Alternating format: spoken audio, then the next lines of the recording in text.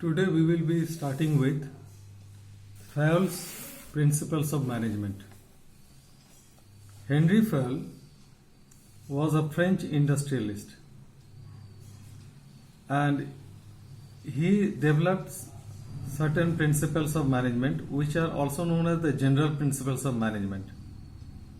And he developed 14 principles, and these principles of management were developed by him in the beginning of the 20th century. Now these principles are still widely used in managing any business organization or any other type of organization. If you look at the first principle, it is given division of work. Division of work means division of the total work into compact jobs and allocating these compact jobs to different persons so that an employee can concentrate only on one type of work. Now, in this what happens is that it helps to improve the efficiency by avoiding wastage of the time as well as effort caused by the change from one type of work to another. So one person is doing the same work again and again, due to which he acquires the required expertise to do the work in the minimum time, and at the same time he also becomes an expert in doing that particular work. So this leads to specialization and it increases your efficiency, productivity and profitability of the entire organization. So Fayol said that division of work should be done and one particular part of work should be given to only one worker. The next principle was authority and responsibility.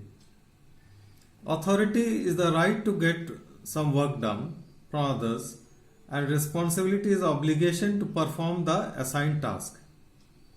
Anyone who exercises authority must also accept responsibility for his work. Similarly, one who is held responsible for getting a work done should be also given the necessary authority to get the work done. Authority and responsibility exist together and they must go hand in hand. Authority without responsibility leads to irresponsible behavior, while responsibility without authority will make a person ineffective. For example, say you are given the authority but you are not responsible, then it may lead to irresponsible behavior if the person is not sincere. And similarly, if you are given responsibility without given any power or authority to get the work done, you will not be able to get the work done. Therefore, there should be parity between authority and responsibility. If adequate authority is not delegated to the employees, they cannot discharge their duties with efficiency. So proper authority should be delegated to meet the responsibilities.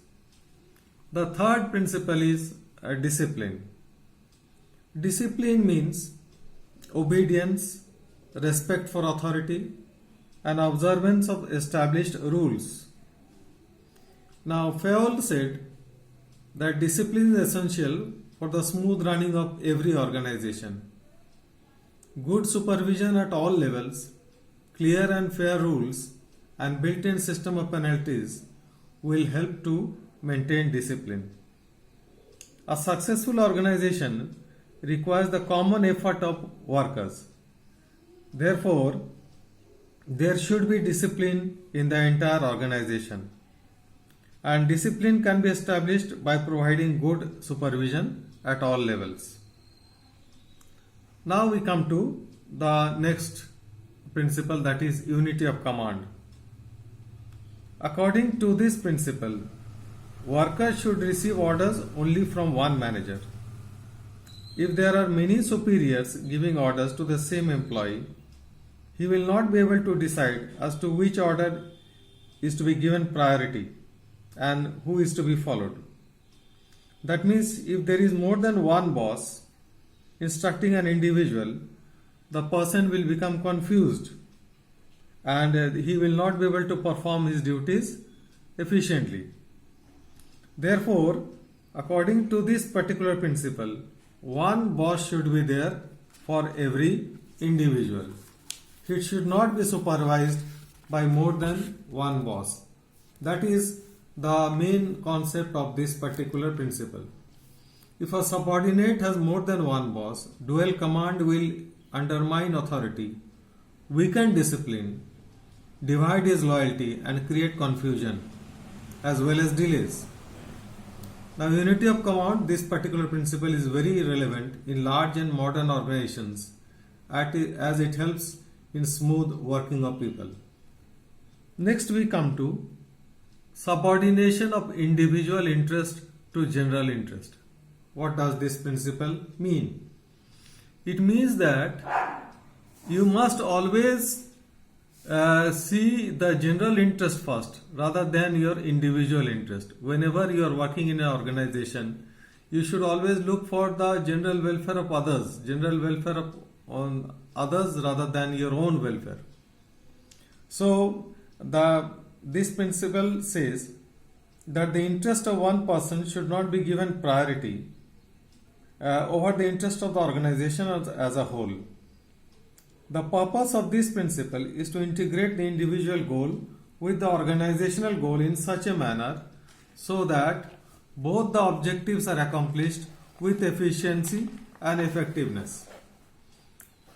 All this leads to satisfaction among the employees, which helps to maintain a cordial relation between the employees and the management. Violation of this principle leads to difficulty in achieving the organizational goals and conflicts in the organization. So, according to this principle, in order to achieve supremacy of group or common interests, the managers must set a good example, and they must be firm but reasonable in dealing with the subordinates. They should always see the welfare of others or the welfare of the entire organization rather than their own personal or individuals' welfare. The next principle is remuneration. The remuneration which is payable to the employees must be fair, reasonable and satisfactory, both to the employees and the employer. It must reward effort so as to motivate higher productivity. The amount of remuneration and the method of wage payment should both be fair and rewarding. So, according to this particular principle, we can say that fair remuneration should be given to the persons who are working in the organization. If fair remuneration is not given, then they will feel dissatisfied and they will not work with zeal and enthusiasm. The correct motivational level will not be there, and which will undermine the effectiveness of the organization. The next principle is centralization and decentralization. Now, what is centralization? When the power to take decision rests with the top management, it is called centralization. And when the power to take decisions is given to the person performing the job, it is called decentralization. That means centralization leads to accumulation of authority at the top, and decentralization leads to your giving power to the lower levels. Now, this particular principle says that there should be your correct amount of centralization and the correct amount of decentralization. Complete decentralization is also not good, neither is complete decentralization good. If complete centralization is there, then it will lead to overburdening the top management. The top management will be burdened with lot of work, lot of decisions to be taken, and there may be conflict between the management and the employees. Whereas if you do a lot of decentralization, then it may lead to anarchy, it may lead to chaos in the organization, and the goals of the organization may not be achieved. So there should be the correct amount of centralization and decentralization. Centralization and decentralization is a matter of proportion, and the right proportion between them should be decided, keeping in view the circumstances of that particular case. That means there should be a proper balance between centralization and decentralization. Next principle is scalar chain. Now, what do you mean by scalar chain? A scalar chain actually refers to the chain of superiors ranging from the ultimate authority, that is top level, to the lowest rank to the bottom level. Normally, the prescribed chain of command should be followed and communication should flow through the established chain of command.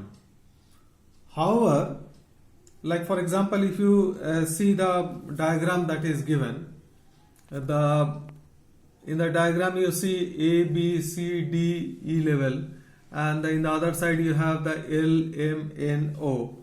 So actually communication should be from the top to the lower level, and again from the bottom to the lower level in the same your method.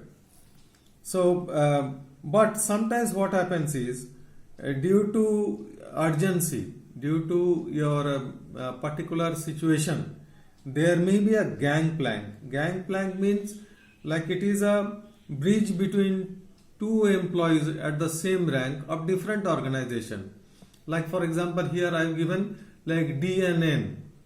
Now actually communication should be going in this level, that D should communicate to C, C should communicate to B, then to A, then A will communicate to L, L will communicate to M, then M will communicate to N. But that may be quite time consuming. So in that case, a gangplank may be used and direct communication may be there between D and N. So this will reduce the time taken to take a decision, and it will lead to faster decisions being taken. But this should not be resorted to very often.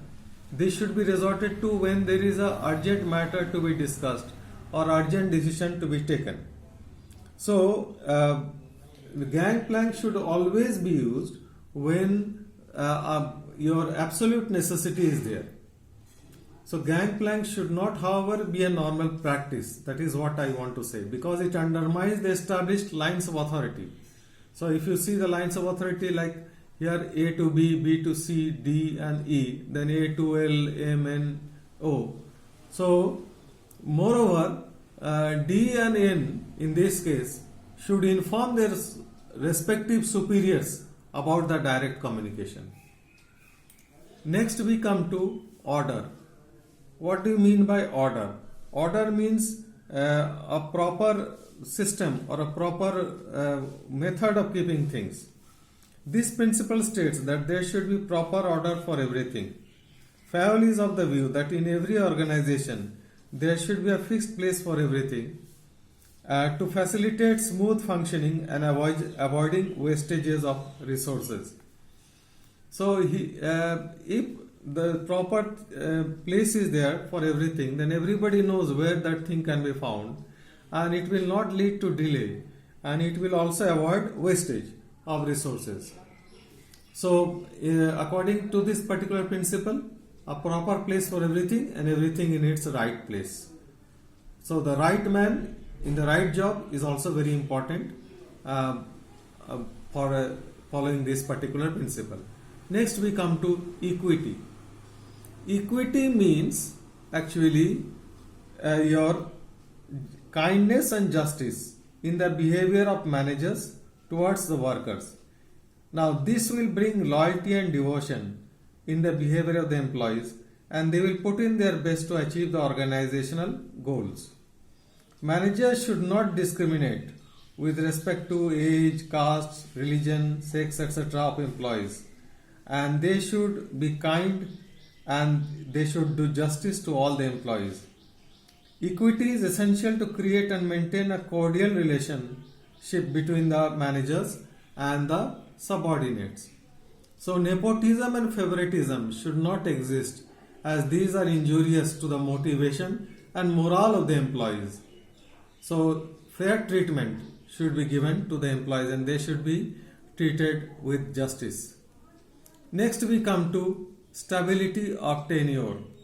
Stability of tenure means that employees should not be moved frequently from one job to another, and they should not be told to leave the organization quite in a very small time. So high rate of labor turnover should not be there, because that will result in increased expenses of hiring again and at the same time, and it creates a feeling of insecurity among the employees. So stability of job creates team spirit and sense of belongingness among the employees, which ultimately increase the quality as well as quantity of work, and it helps in achievement of the organizational goals. So the workers should have stability of tenure. They should not be removed quite often. Next is unity of direction. This principle states that all employees having the same objective must be directed toward the achievement of the common goal, and thus they must have only one head and one plan. The application of this principle helps in establishing coordination and uniformity in the activities as well as in the organization. So if you look at this particular principle in your unity of direction, so unity of direction says that there should be one head and one plan for a group of activities which are having the same objective. So without unity of direction, unity of action and coordination of efforts are not possible. Now there is a difference between unity of direction and unity of command. Unity of command relates to functioning of people, whereas unity of direction is concerned with the activities. Unity of direction does not automatically lead to unity of command, though there cannot be unity of command without any unity of direction. Unity of direction relates to the functioning of the whole organization. Now we come to initiative. Now what do you mean by initiative? Initiative means that people should take initiative and the management should see that they are encouraged to take initiative in doing a particular work. Employees at all levels should be encouraged to think out and execute the tasks in a better way. Initiative is a source of strength for any organization. Therefore, subordinates should be inspired to suggest improvements in the formulation and implementation of plans. So, this gives you new ideas to run the organization, and the idea may be better than that which the higher management has undertaken. So initiative, your free hand should be given to the employees to plan for the policies and procedures. Then we come to esprit de corps. Now, esprit de corps means that there must be team spirit and cooperation among the members of an organization. Unity of strength and the strength of an enterprise lies in the cooperation and harmony in individual efforts. Group efforts are more than the aggregate of individual contributions on account of esprit de corps. Now, if you look at this particular principle, esprit de corps, Fayol suggested that the organization should be considered as a team and all the employees as its members. When the employees are considered as members, it develops a feeling of belongingness among them, and thus each of them contributes to the achievement of the organizational goals. This principle is actually the extension of union is strength and unity of command. Harmony among the workers is a source of strength for the organization. This particular principle creates an atmosphere of mutual trust and understanding among the employees and the management. So these were the 14 principles as given by Henry Fayol, and they are also known as the general principles of management.